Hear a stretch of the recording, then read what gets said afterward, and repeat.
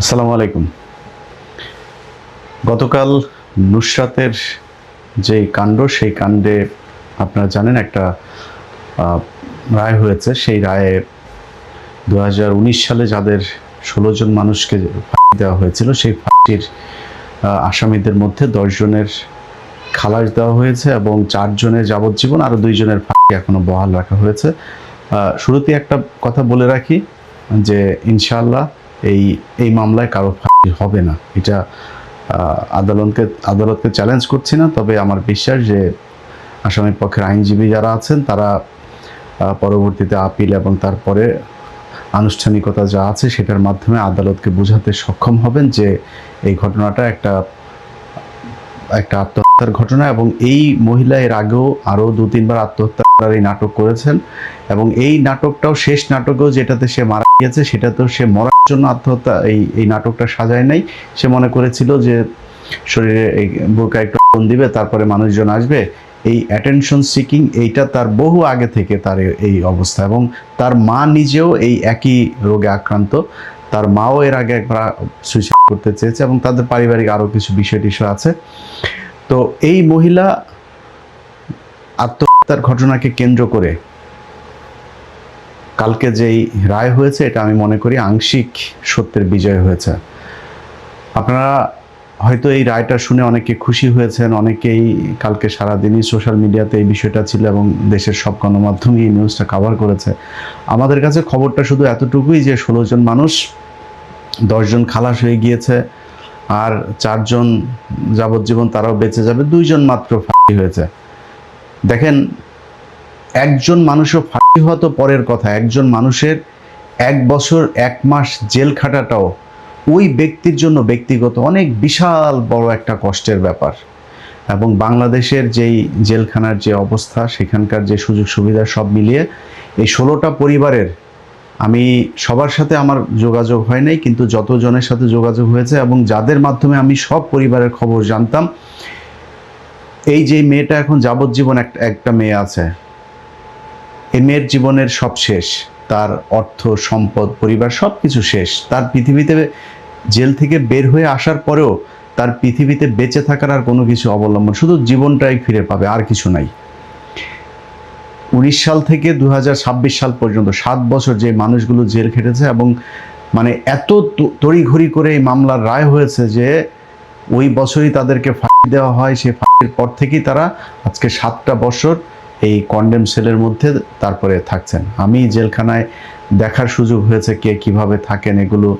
তো যারা কন্ডেম সেলে থাকেন সেই মানুষগুলো কত কষ্টে থাকেন, যারা জেলখানায় কোনোদিন গিয়েছেন বাংলাদেশে তারা নিশ্চয়ই জানেন। তো খবরটা শুধু এতটুকু পর্যন্তই শেষ না যে 10 জনের খালাস হয়ে গেল, সামনে আরও হয়তো 6 জনেরও খালাস হয়ে যাবে, এই পর্যন্ত শেষ না। এখানে আর অনেক কিছু বাকি থাকছে, সেইটারও বিচার হওয়া প্রয়োজন। প্রথমেই জানিয়ে রাখি যে নুসরাত এই যে ঘটনা, যেটাকে হত্যাকাণ্ডের ঘটনা সাজানো হয়েছে, এই সাজানোর সাথে কয়েকটা পক্ষ জড়িত। এই পক্ষের মধ্যে সবার আগে যারা জড়িত সেটা হচ্ছে ভারত। ভারত কিভাবে জড়িত? যখন মাদ্রাসায় ঘটনাটা ঘটলো তখনই এখানে পিবিআইয়ের তখন বনোজ কুমার ছিল প্রধান, তিনি ঢুকলেন যে মাদ্রাসার হুজুরদেরকে পেটানোর মারার একটা সুযোগ হয়েছে। কারণ ভারতের মূল টার্গেটটাই ছিল এই দাড়ি টুপিওয়ালা যারা ইসলাম প্রিয় মানুষ, যারা ইসলাম ধর্ম পালন করে, এই ধরনের মানুষরা তাদের মূল শত্রু ছিল। যখন দেখলো মাদ্রাসা পাওয়া গিয়েছে, এখানে এই পক্ষ মুসলমান, ওই পক্ষ হুজুর, তো দুইটারই তো একসাথে সাইজ করা যাবে, এক ঢিলে তারা 2 পাখি মেরেছে। কিভাবে কাজটা করেছে দেখেন। বনোজ কুমার প্রথমে তার পক্ষের, মানে তার পিবিআইয়ের যে পুলিশ ছিল এর মধ্যে সবচাইতে জঘন্য একটা কাজ করেছে, সেটা হচ্ছে ওসি শাহ আলম। সেই ওসি তত্ত্বাবধায়ক সরকার ক্ষমতায় আসার পরেও সে চাঁদপুরের সম্ভবত কচুয়া থানায় সে ওসি হিসাবে দায়িত্ব পালন করেছে। এটা নিয়ে ইউনূস সরকারের সর্বোচ্চ পর্যায়ে খোদা বক্সকে পর্যন্ত জানানো হয়েছে। খোদা বক্স আমাকে নিশ্চিত করেছেন যে আমরা দেখছি। 2 মাস পরে জিজ্ঞেস করলাম কি হইল, তারপরে জি আমরা দেখছি, ইলিয়াস ভাই আপনি চিন্তা করেন না, আমরা দেখছি। তারও আরও 1 মাস পরে যায় মেসেজ পাঠাইলাম যে স্যার কি দেখছেন। তো আমি তার ওই দিন মেসেজ পাঠালাম যে স্যার আপনার কি দেখা শেষ হয়েছে, আর কত বছর লাগতে পারে একটু জানাবেন। এটা বলার সাথে সাথে সে ফোন দিল। বললো ইলিয়াস আমরা এই বিষয়গুলো দেখছি, আপনি টেনশন করেন না। আবার ফের সে একই, শেষ দিন পর্যন্ত সে ওসি শাহ আলমকে সরায় নাই।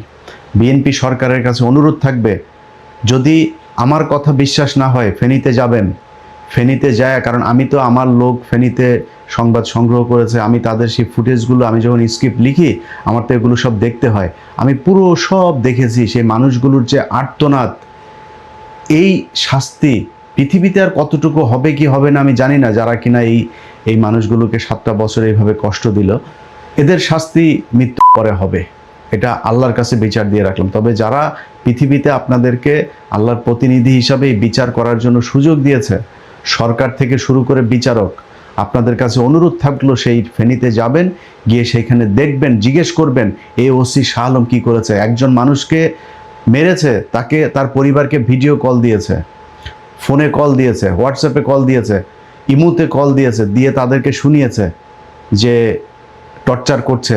তখন তারা বলছে যে আব্বা আম্মা আমারে বাঁচাও, এই সেই এইভাবে বলে বলে তারপরে তার পরিবারের কাছ থেকে টাকা নেওয়া হয়েছে।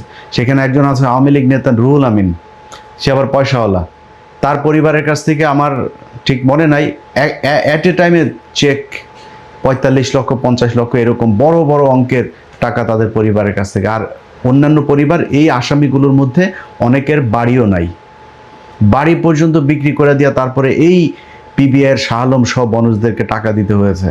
সেই শাহ আলমের বিচার হওয়া দরকার। এখানে কয়েকটা পক্ষ, একটা পক্ষ বনজ, বনজের সাথে ওই সময় ফেনীতে পিবিআইতে যারা ছিল, সময় টেলিভিশনের এক শুয়োরের বাচ্চা আছে, যেই শুয়োরের বাচ্চা এই বনজের কাছ থেকে প্রেসক্রিপশন নিয়ে বিশাল এক অনুসন্ধানী প্রতিবেদন তৈরি করেছিল, তার নাম হচ্ছে ওমর ফারুক। এই কুকুরের ছানা এই বনজ কুমারের লিখে দেওয়া আপনার বিশাল আকারের এক চিত্রকর্ম নিয়ে তারপরে এইটাকে হত্যাকাণ্ড সাজাইল। এর সাথে প্রায় সব গণমাধ্যম, কারোর কোনো ইনভেস্টিগেশন নাই, কারোর কোনো জিজ্ঞাসাবাদ নাই, কোনো কিছু নাই, দেখা নাই, একদম যেভাবে বনজ কুমাররা বলে দিয়েছে সেইভাবে।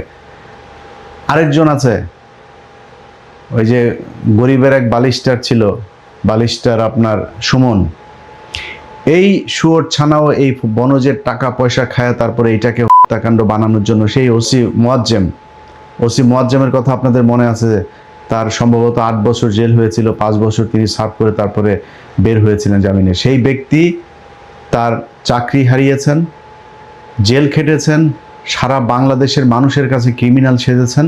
সেই মানুষটাকে এই ব্যারিস্টার সুমন, ওমর ফারুক ওই দিক থেকে কমলদা পর্যন্ত সেইখানে গিয়ে তারপরে তদারকি করত। সময় টেলিভিশনের ওই সময়কার সম্ভবত তার নাম বখতিয়ার মুন্না, সে ফেনীর প্রতিনিধি ছিল, বাদী পক্ষের একজন আইনজীবী ছিলেন। ওই আইনজীবী ওই সময়ের যে বিচারক, সেই বিচারকের অলরেডি গতকালকের রায়ে সেই বিচারকের বিচারিক ক্ষমতা কেড়ে নেওয়া হয়েছে। এটা তার শাস্তি না। তাকে এই এই এই এই পুরো চক্রটা, সময় টেলিভিশনের ওমর ফারুক সহ, তারপরে ওখানে আরেক শুয়োরের ছানা ছিল খান মোহাম্মদ রুমেল, কমল দে, সময় টেলিভিশনের ওই সময়ের প্রধান বার্তা সম্পাদক কিংবা ন্যাশনাল ডেস্ক ইনচার্জ যারা ছিল, তাদের সংশ্লিষ্টতা আছে কিনা সেটাও আমি মনে করি খতিয়ে দেখা দরকার। বনজ কুমার, ওসি শাহ আলম, সময় টেলিভিশনের ফেনী প্রতিনিধি, তারপরে হচ্ছে গিয়ে এই ব্যারিস্টার সুমন, এই পুরো চক্রকে বিচারক সহ বাদী পক্ষের আইনজীবী, এই নুসরাতের যে আইনজীবী ছিল, এই পুরো চক্রকে বিচারের আওতায় আনা উচিত। এটা যদি না আনা হয়, এই পরিবারগুলো, যেই পরিবারগুলো 1 দিন 2 দিন করে গুনে গুনে 365 দিন এভাবে 7 বছর তারা জেলখানায় ছিল, তাও স্বাভাবিকভাবে জেলখানায় না, মৃত্যুর দিন গুনছিল। আজকে যদি শেখ হাসিনা ক্ষমতায় থাকতো, যে বিচারের রায় আপনারা দেখেছেন, এটা এরকম হইতো না। তখন আমাদেরকে বলা হইতো যে আমরা গুজব ছড়াই, আমরা নাটক সাজাই, তারপরে এগুলো করেছি।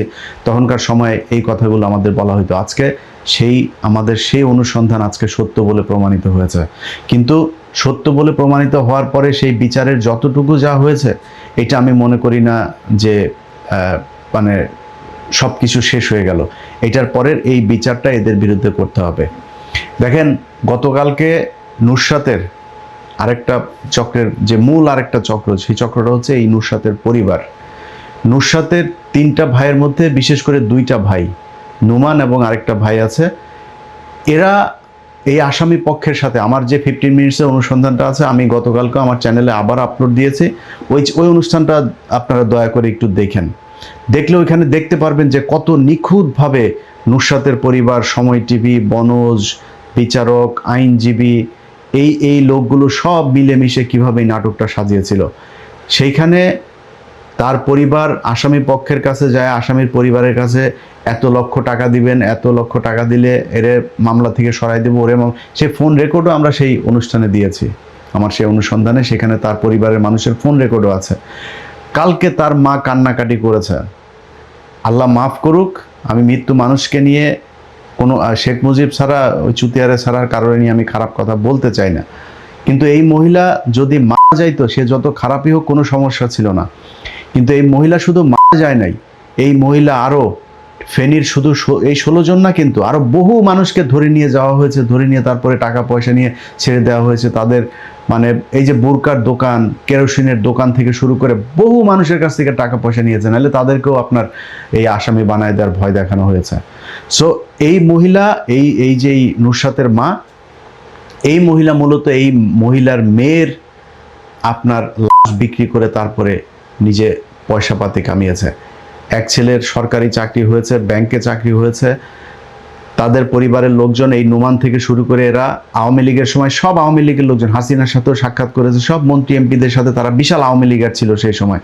তত্ত্বাবধায়ক সরকার যখন আসলো, হঠাৎ করে দেখি এই নোমান সহ এই নুসরাতের ভাই দুইটা আসিফ মাহমুদের সাথে, আসিফ নজরুলের সাথে, নাহিদের সাথে, হাসনাত, সারজি, যারে যেখানে সুযোগ পায় তাদের সাথে যায় যায় ছবি ওঠে। এটা ওর ব্যবসা। ওদের সাথে ছবিটা বোঝায় সে হইল গিয়া বিশাল আকারে জুলাই বিপ্লবের এরা বিরোধিতা করেছে সেই সময়। আজকে এখন এই রিসেন্টলি আমি যেটা দেখলাম, তারা বিএনপির লোকজনের সাথে যায় যায় তারপরে ছবি টবি ওঠে। বিএনপির লোকজন তো ধরেন ওই করুণা দেখায় যে ও তো নুসরাতের ভাই, আচ্ছা ঠিক আছে, ওকে আসে।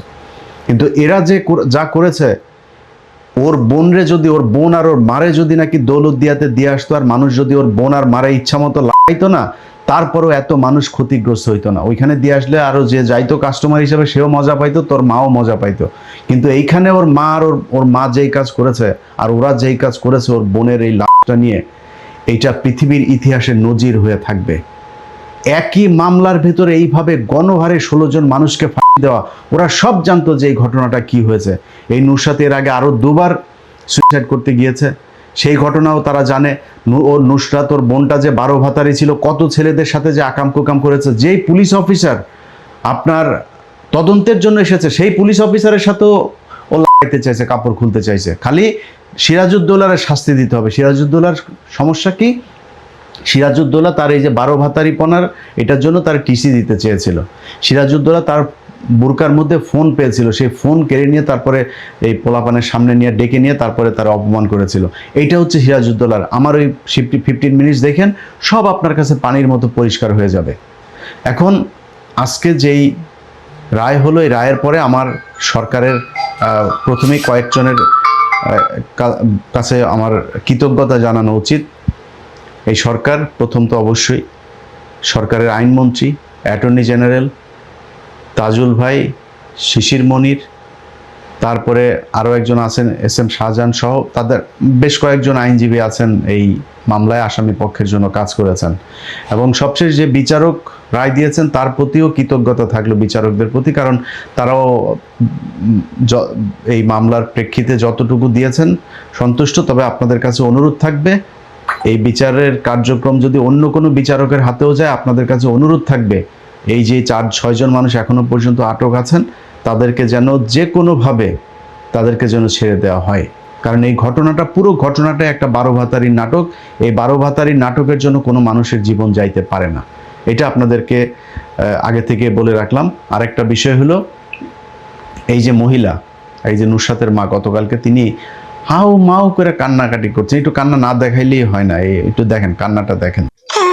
আমার মালিক রে প্রমাণ হয়েছে বাবা, আমার মেয়ে হত্যা করা হয়েছে রে বাবা।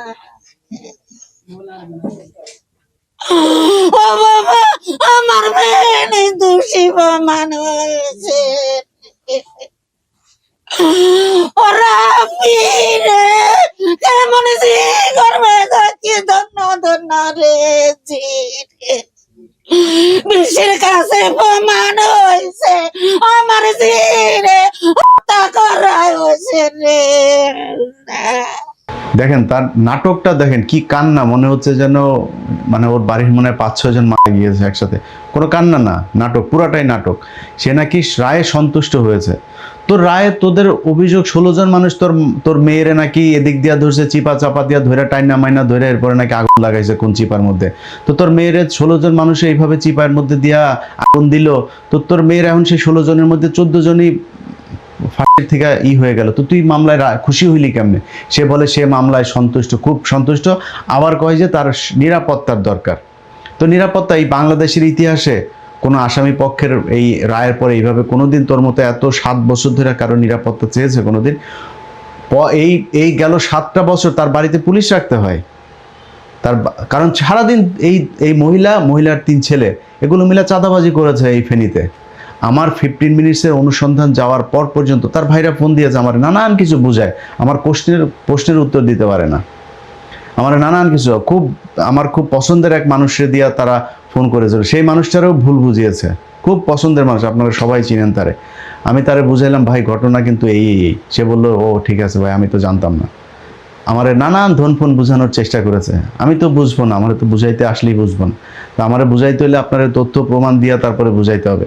সো এই যে এরা এখন তাদের নিরাপত্তার প্রয়োজন, ফেনীবাসীর কাছে অনুরোধ থাকলো সামাজিকভাবে হোক, আইনগতভাবে হোক, জোর জুলুম করে হোক, এই পরিবারকে আপনাদের মানে এটার শাস্তি তাদের পাইতে হবে। সব কিছু আবার সোশ্যাল মিডিয়াতে বলা যায় না, যা বুঝার বুঝা নিয়েন, এদেরকে এই শাস্তি পেতে হবে। এরা সভ্য সমাজে এই পরিবার বসবাস করতে পারে না। এটার শাস্তি যদি সরকার যদি না দেয় তাহলে আপনারা দিবেন। কিভাবে দিবেন, কেমনে দিবেন, এটা আপনাদের উপরে ছেড়ে দিলাম। আর প্রশাসনের কাছে অনুরোধ থাকলো এদের বাড়িতে কোনো পুলিশ পাহারা দিয়ে না, আল্লাহর ওয়াস্তে। 7টা বছর এতগুলো মানুষ, এখনো পর্যন্ত আরো 2 জন এই যে এই শুনানিটার জন্য কত কত জায়গায় এই ফেনীর লোকগুলো। তো ভাই আমার তো সমস্যা হয়েছে যে মানে আমারে ওই পাওয়ারফুল মানুষজন আমারে কেউ পছন্দ করে না। যত মানুষের সমস্যা, যত মানুষ মানে নির্যাতিত, এদের হইল গিয়ে আইসা বলার জায়গা এই একটা আমি এখানে। ভাই আমারে ভাই এই 2 দিন পর পর ওরে বলি এরে বলি ভাই শুনানিটার জন্য, এই শুনানিটার জন্য কত কিছু, কত জনেরে বলেছে যে ভাই এটার একটু করে আয়না দেন, টানে একটু আগায় দেন। এই যে এখনো বিডিআর এর ইয়েটা দেন, বেঞ্চ গঠনের জন্য শুনানি হয় না। আপনি চিন্তা করতে পারেন ভাই, আপনার মানুষের 17টা বছর জেলখানায়, আপনার কষ্ট হয় না, আপনার ফিল হয় না? আপনারাও তো জেল খেটেছেন। এই মানুষগুলিরে খালি শুনানির জন্য আপনি জেলে আটকায় রাখবেন? এই অবিচার, এই মানে কি বলবো যে মানুষের কষ্ট দেয়, এটা আল্লাহ সহ্য করবে না। 17 বছর কিন্তু আপনারাও কষ্ট করেছেন, এই 15টা বছর। সেই 15 বছর কষ্ট করার পরে যদি হুঁশ না ফেরে, সেই জেলখানার সেই কষ্টটা যদি আপনারা বুঝতে না পারেন, তাইলে আর কিছু বলার নাই। যদি আসলেই মনে করেন, এখনও বলছে আরও বেশ 400-450 আলেম এখনও এই বাল দমন সন্ত্রাস দমন আইনে আটকায় রাখা হয়েছে।